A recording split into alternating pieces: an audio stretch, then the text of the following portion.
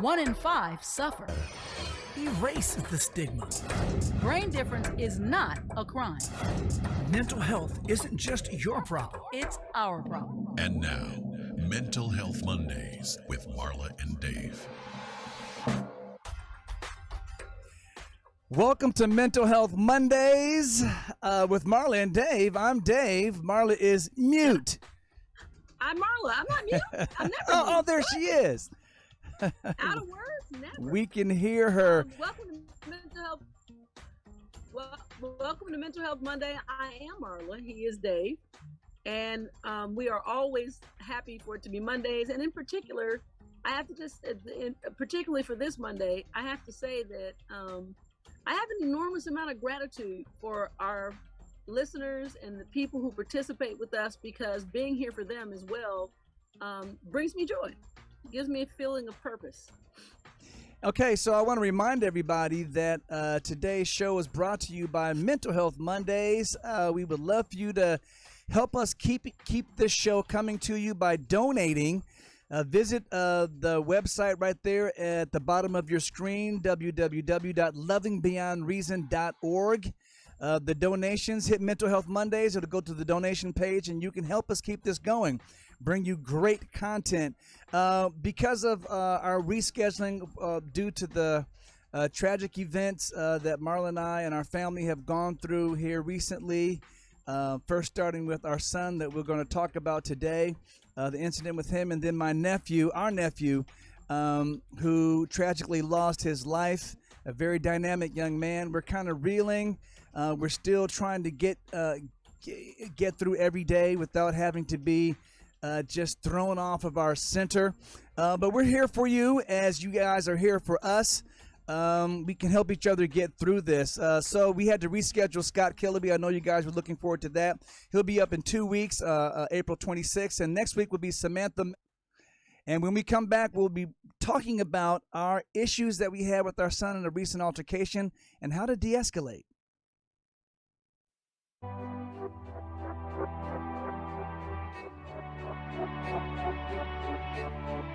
Help someone who is struggling by supporting the National Alliance on Mental Illness and be a part of the NAMI effect. Hope starts with you. Hey guys, listen up. Learn something.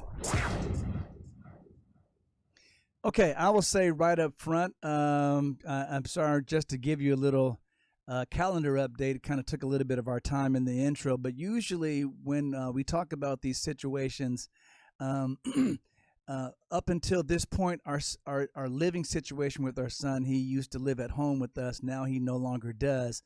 And so I'm always, I don't want to say reluctant, but I am cautious how I approach giving details about his situation without him actively participating. But because this is what we do, we're the host of Mental Health Mondays, and we're not untouched by mental health issues. We go through the same things like every other family that deals with these types of things, unfortunately. And there's no better platform for us to share help that we can provide in dealing with situations like this, and sharing our testimonies and transparency with the things that we go through. This is how we do it, Marla. And again, I want to apologize because it's always rough when we have delay. As David mentioned when we opened the show, I'm on location with my mom, who, ironically, as life would have it, it's almost like the gift. God giveth and he taketh away. But my nephew's untimely passing, his funeral was on Monday at 11, and my mom had a hip replacement, a major surgery at 1 o'clock on the same day.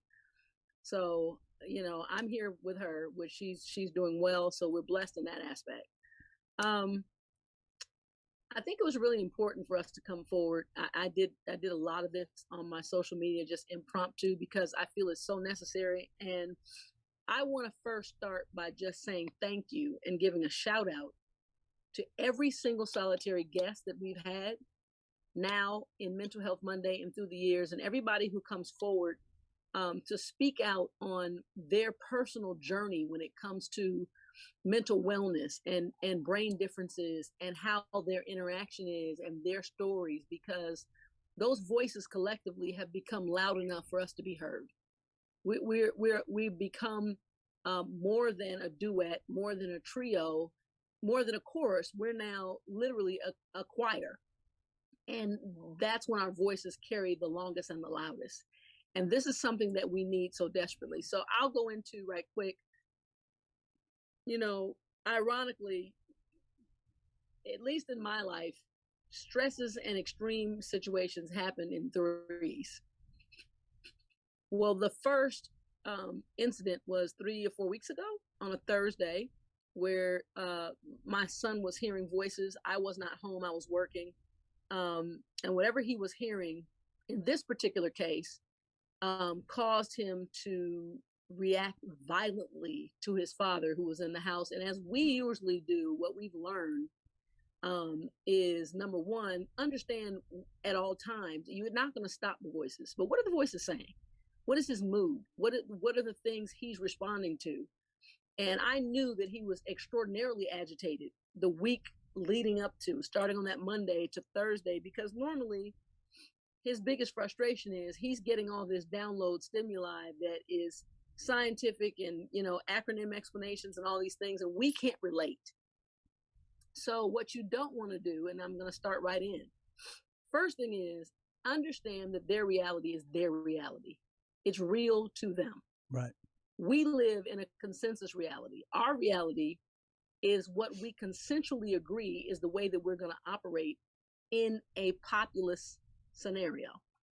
So to make it super simple, we all agree when you see a red stop sign or a stoplight, what do? You stop, right? Because if you just ran through the light, who cares? There's chaos, there's danger, there's death, there's all kinds of things that happen. So we agree that a stoplight that's red means stop. Well, when you have a brain difference that causes you to live in an alternate reality, that world is not a world that has those same consensus rules. So right off the bat, the first thing is you have to understand it's an extra energy. It's a vibration for them. And so you're not going to talk them out of it. It just agitates them. It's like me telling you your name is not your name. If I just say, hey, what do you mean your name is David? No, it isn't. You're John. What? That's not my name. Yes, it is. It's John. Right. So and there's a catch-22. away, I will say this, Marla. Let me interject right there. There's a catch-22 there as well, because you don't want to even allow that to get energy put into ramping that up into an altercation either, because do you agree with that person on something that you don't believe is real? Or do you say, this is ridiculous? Or do you have to be careful how you do that. The main thing I think that Marla is trying to touch on is that you want them to understand that you're not being dismissive. And when we took our family to family class, this wasn't our first altercation. So we are pretty adept at de-escalating these types of situations. But this was a particularly unique. Well, we really learned. Go ahead. Well, let me say this, and I want to say this because we've learned the hard way. The first escalation we had that turned into violence, I know I did not handle that well. I handled that very poorly. That's not where we were this last time was as a result of surviving the first time. Yes, we've learned through the years, and we were going to touch on some of these de-escalating techniques that we learned when we took family to family, a NAMI class, which is amazing, had amazing teachers. Shout out to Phoebe and to Robin. But this was a very unique situation that the first rule I literally had to break, which caused the altercation to probably turn more physical than it would have had the situation been a little different. And we'll give you those details when we come right back. When Dave and Marla get together,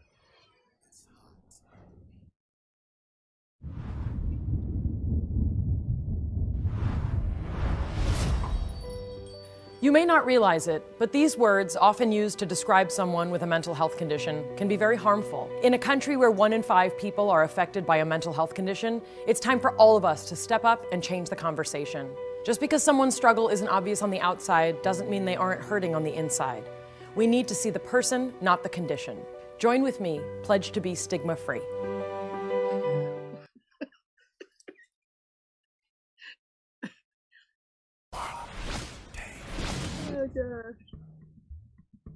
Dissociative disorders are characterized by an involuntary escape from reality, more specifically, a disconnection between thoughts, identity, consciousness, and memory. Almost half of the adults in the United States experience at least one depersonalization or derealization episode in their lives, with only 2% meeting the full criteria for chronic episodes, with women being more likely than men to be diagnosed. Symptoms and signs of dissociative disorders include 1, significant memory loss of specific times, people, and events. 2, out-of-body experiences, such as feeling as though you're watching a movie of yourself. 3, mental health problems such as depression, anxiety, thoughts of suicide.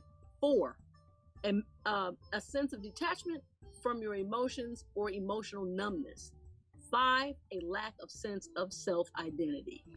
There are 3 types of dissociative disorders defined in the Diagnostic and Statistical Manual of Mental Disorders, or the DSM. 1, dissociative amnesia.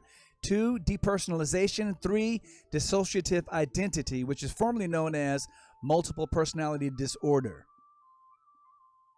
If you or someone that you know have or are currently experiencing any of these symptoms, please, we ask you, we really beg you, contact the mental health professional immediately. And remember, you are not alone. This message is brought to you by NAMI San Fernando Valley and Loving Beyond Reason.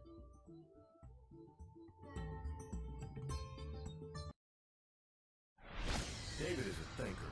I never do anything without thinking about it first. Marla is a feeler. I basically wear my personality on my sleeve. But when Marla and Dave get together, It's like a match dancing with a firecracker.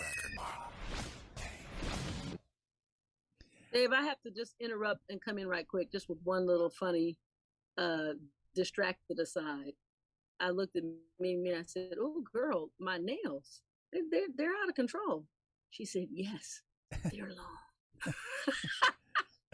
They're Leave it to long, your or they mom need to to be be like- done, or they're overdone, No, is what I you're was saying. They need to be done, and she said, "Ooh, They're too long. they're long."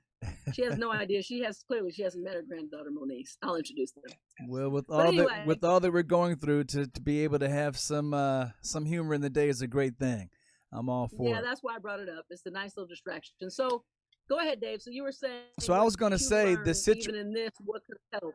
Yeah, the situation was very unique, and it's not that Marla and I don't know these rules. As Marla said, I was the only one at home when this happened, and part of our family-to-family class, we were given, I don't know if you can see this, but we were given little helps, aids that you can, these little note cards that we can put on the refrigerators, and I was grabbing extras and handing them out to people that I knew that were dealing with these types of issues. But the first suggestion that they have when trying to de-escalate or deal with a mental health crisis is keep a conversational distance.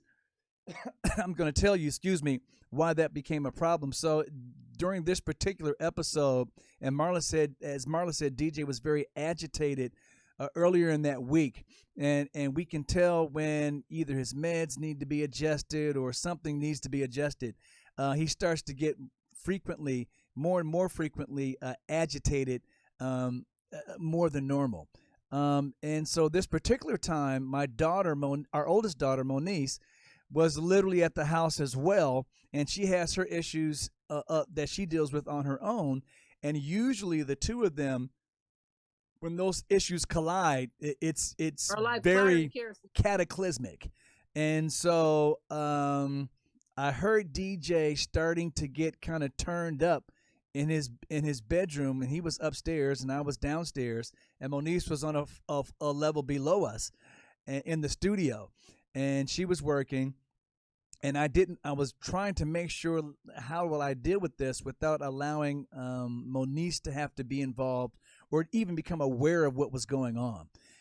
So I was not only needing to de-escalate a situation with our son, but also to keep an overall situation from escalating, as Marla's saying, a more of an overall containment issue in the house in general.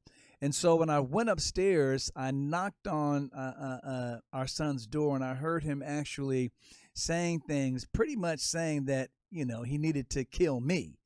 And so at that point, I said, D, you know, I don't want to have to call the police because I don't want this to be a big scene, but I'm going to have to open the door, and I'm going to need you to calm down. And I'm going to, if not, I already had 911 on my phone ready to go. I said, I'm going to have to call the police. When I opened the door, immediately he was already in full attack mode and I knew that he would be because he had already pretty much punched the door and almost broke the door in half. And so at this point, I knew if I didn't get in there and try to get things under control, it was just going to be a big mess. And so, long story short, it ended up with an initial altercation in his bedroom. I was able to get out of that one, make sure that Moniece, who was starting to get a little inkling that there was an altercation happening in the house, she called up. I said, everything's fine. Make sure I'm having an issue with D. Make sure you stay in the studio and don't come out, because also she wasn't in there by herself. She was there with working in my studio with an engineer of her own. That didn't know us at all. Yes. And so I really didn't want him to be involved in anything physical. And so somewhere in between there, the altercation continued with DJ, who then kind of had me hemmed up into our bedroom, through a hallway from his bedroom into our bedroom. And where for a minute there, if it wasn't for, I can't really give credit to quick thinking on my part, but just instinctive and being blessed, I would most likely say, because for a moment there, I literally thought that I could actually lose my life. And as it turns out, I came out with a couple of bumps and a couple of lumps. Matter of fact, what would you say, Marla? Some pretty couple of significant contusions on my head. Yeah, he punched you. Yeah, you had some swelling in the top of your head and the bottom of your And then, as usual, when you have these types of altercations, some bruises and some strains in other areas of the body that you don't really find out till the next day. But in the meantime, and we're going to continue this and kind of get down to the de-escalation. Marla had come home because she had called, and I told Marla stay away from the house, and that I had the situation under control, that the police were on the way. Luckily, Marla was able to come home before the police got there, and and she'll tell you about her side of it. For those of you who haven't heard, as she's been giving some of these de-escalation in a journal, so to speak, of our post situation with our son, as she helped the policemen to understand and to be prepared for the situation that they were coming into. And we're going to continue this conversation when we come back.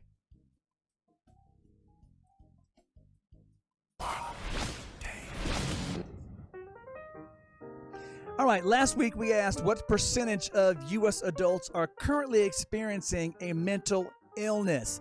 Now, I usually start off by saying the fun music means that, and Marla's dancing and joyful attitude, demeanor tells us that it's poll time. And yes, so the poll question last week. The poll music is a pick-me-up. There you go. Everybody knows that. And we want it to be a pick-me-up. Tony's dancing. Look at Tony right now. He's dancing. You don't see him, but in the studio he is dancing. So again, the poll question last. And I don't want to say last week because it was a few weeks ago, the last time we actually were live on air. The poll question was, what percentage of U.S. adults are currently experiencing a mental health illness? Your options are A, 5.6%, B, 11.8%, or C, 18.5%. I'm gonna let Mimi answer. Oh, awesome. The poll question is, what percentage of U.S. adults are currently experiencing a mental health issue? A, 5.6%, B, 11.8%, or C, 18.5%? 11. Wow, Okay. wow, wow, wow. Mimi just had surgery, so she doesn't have all the blood back Now, into the brain. The answer is It's actually 18.5. 18.5. So again, But you're gonna get another chance, girl. again, those are numbers that we need to get down and get to help them become much lower. Marla, what's the new poll question for next week? This week's poll question, Mimi, is what is the number of U.S. adults living with post-traumatic stress disorder? A, 5 million, B, 12 million, or C, 18 million? I'm going to say 18. Well, She we'll gave her see. answer, and we'll see if she's right if next week. And the poll question is posted on all of our social media pages. Listen, the more we're informed, the more we can make change. We are begging you to keep using your voices, cast your vote, vote. Yeah.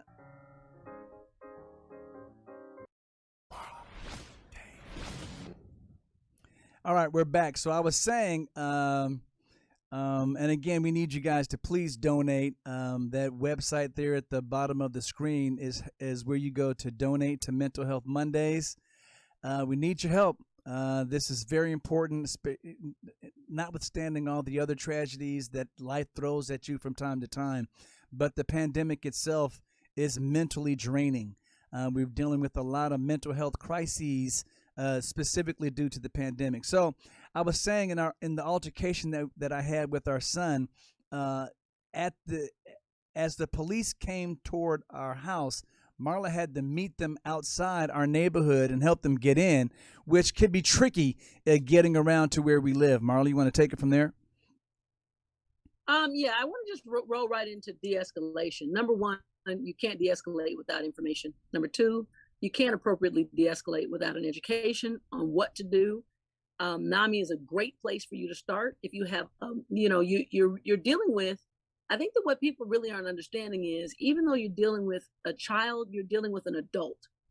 And in most cases, what you want to establish before we even get to this point is a love relationship that even in a psychosis, this human being understands that the trust center between the two of you and the love and the wellness between the two of you is the number one thing that keeps them outside of the therapies and the meds that they need. Let me say that.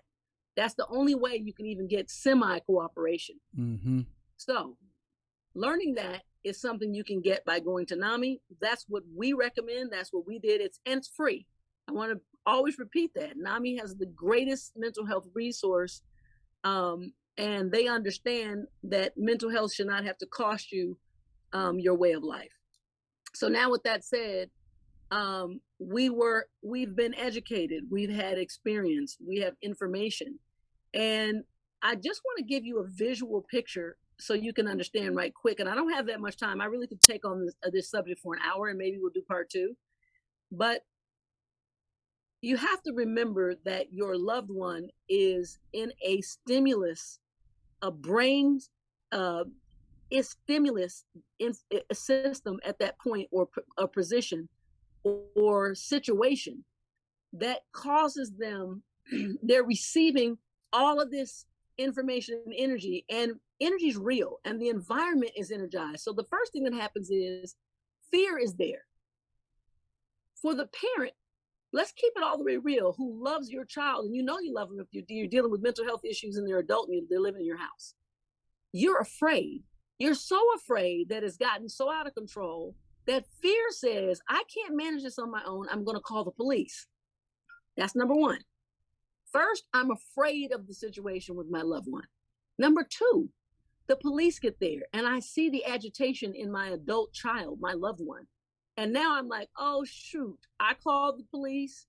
And now I'm afraid for what the police could do to the person that I love because I want the police to help. But in a lot of cases, the police aren't really equipped to calm the situation, but just manage it like a policeman would do. The police are there to manage crime. That's what they've been trained to do. They're not psychologists. They're not therapists. They are not mental health professionals. Just have to remind you of that.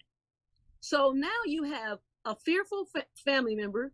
You have the police who come in, and more fear and energy gets added to a situation. And then the third thing now is now you have a situation that's unstable for everybody. So the police are there, the loved one's going off, the police are trying to deal with it. Now you're beginning to scream and protect your loved one from the police. So let me jump in right there, Marla. So that when Marla says you must be educated to be able to de-escalate and handle these situations correctly. So when I called the police after my son had come out of the house, I had also called the mental health emergency response team, extraction team. And I'm not sure if they came in response to my call or if the police had also called them, because they got there relatively quickly.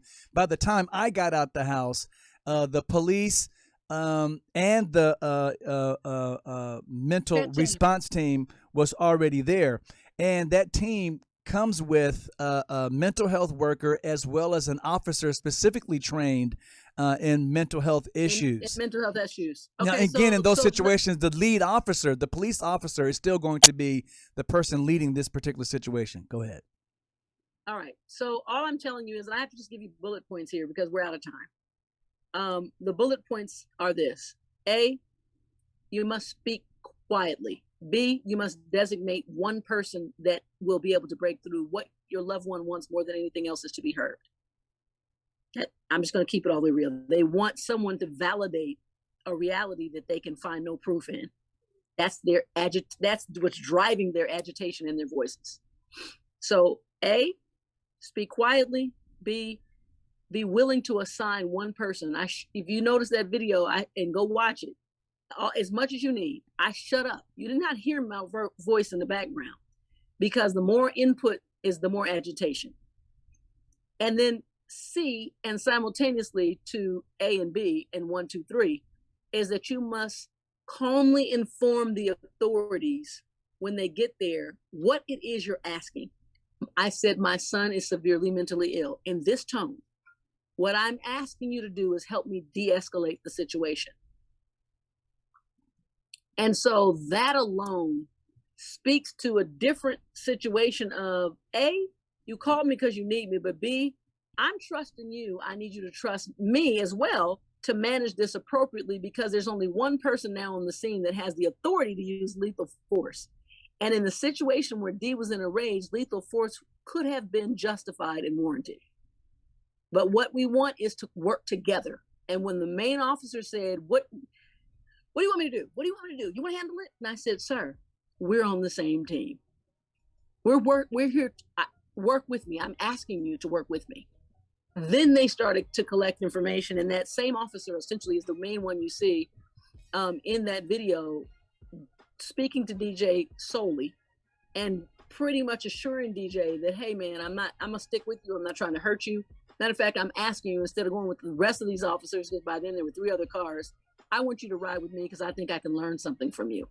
So he completely brought DJ to a position of value, being heard, de-escalation, and I was willing to let the police be the police and just give them all the information up front that they needed. Now, the one thing I will tell you, that this is the biggest tip I can leave. When this happens, it is better for you, the family, to leave the house. One person out of control because other factors that are going to go on when that mentally ill person is in an elevated violent state are the things that generally get them killed. Unfortunately, we're out of time for this particular segment, Marla. I have to interrupt you, but we will definitely have to do a part 2. But stay tuned. There's more even to this show. We'll be right back. Bad. Worthless.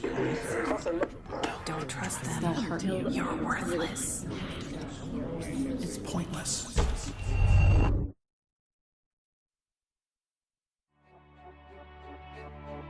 When the pain of schizophrenia meets hope, everything can change. Help someone who is struggling by supporting the National Alliance on Mental Illness and be a part of the NAMI effect. Hope starts with you. Unfiltered.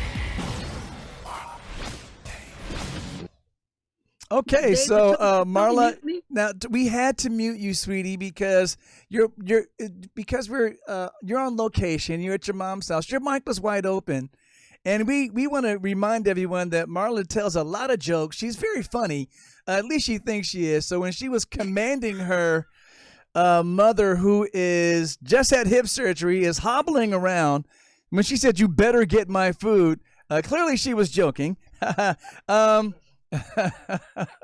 So there she is having so much fun. We pray for Mimi Deescalation while for my Marla's mom. there Be helping nice. her. Right quick, Marla, I want to give a quick shout out to our friends over at NAMI, Jim Randall, Mark Gale. Absolutely. Gave me a lot of Robin- information. Robin Steiner. And then Sheila Kuehl's office, our supervisor for our district, and the Department of Mental Health liaison for office, Melissa. They were a big and the help. President Kim Bonnell, who checked in as well to see if we Absolutely. needed anything. All of our friends us know his- at NAMI were checking in on us. And again, not only does that speak to NAMI being a great resource, but the relationships that you build there by taking those classes and availing yourselves of those resources will help you well into the future. So, Marla, I'll let you get your last word in. I just want to say that, again, I can't stress enough how important the education is, and I can't stress enough that you make sure that you don't become a part of the problem in the greatest crisis that they're going to go through. And I promise you, you're going to get way more results that way. In most cases, it's fear that kills. And the whole situation when someone is out of control is a fearful situation for all involved. And so let's do our best to educate ourselves so we can save our loved ones by actually intervening even from a household perspective before we get to needing law enforcement, because unfortunately you're going to from time to time. Yeah. It's just, DJ's on medication, but it happens. It's secular. We're not sure exactly what all the triggers are. And we'll talk about that on another show. I promise we'll get an opportunity. But for this show, de-escalation is life-saving. Yeah, and I would say everyone's journey through dealing with mental illness and journey toward mental wellness is unique.